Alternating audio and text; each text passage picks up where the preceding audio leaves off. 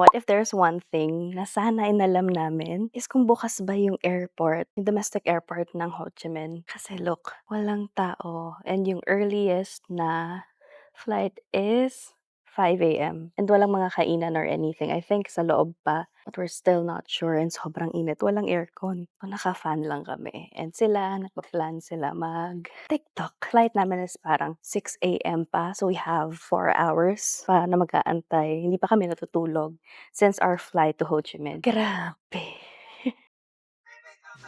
Ang cute nito. Ba't? Paano yung post ng AFAT? AFAT? Maliit na.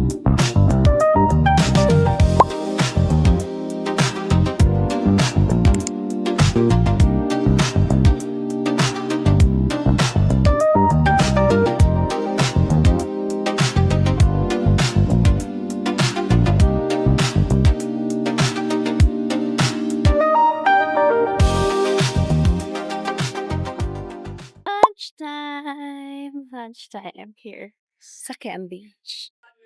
Hello po!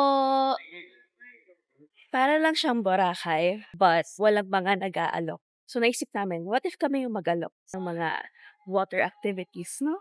Para naman maiba. Let's put our shades on.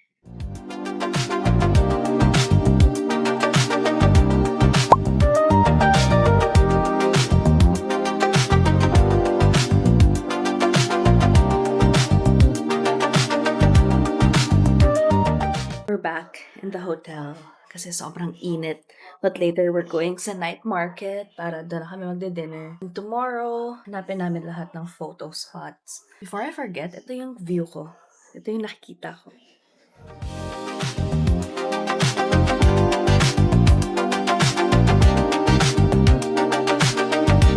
Wow, photo shoot! Never say never!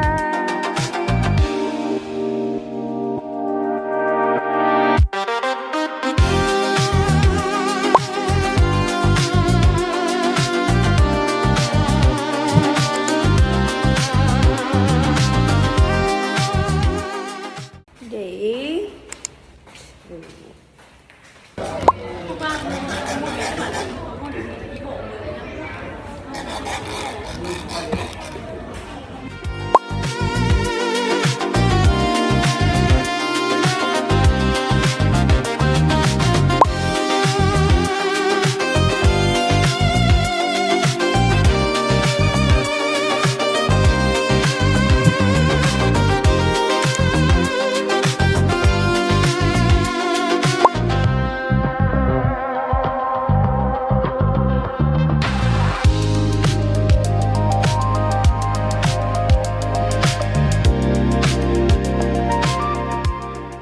Show your masterpiece.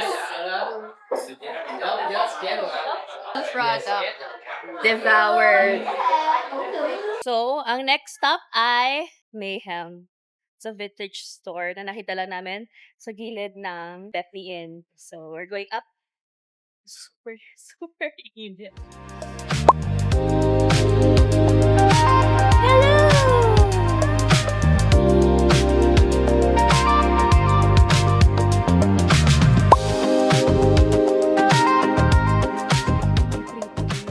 This is dark chocolate cinnamon naman. Card. Okay. Ayaw yung Sarap. Kung 140, nasa magkano? Oh.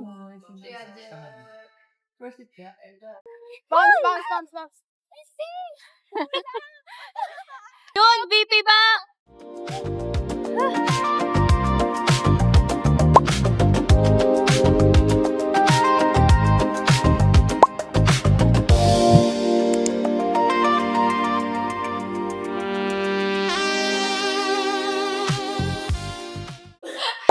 K-Pax to. Sure. Nanginig siya.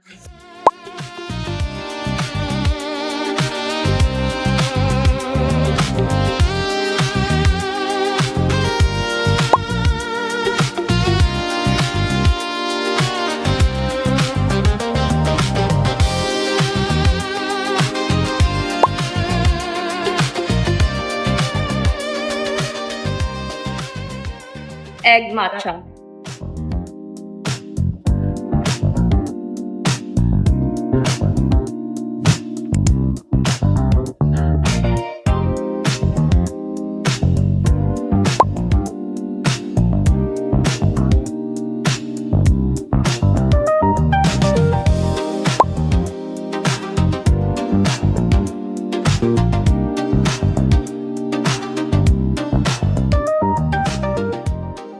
Na naman tayo sa mga Sa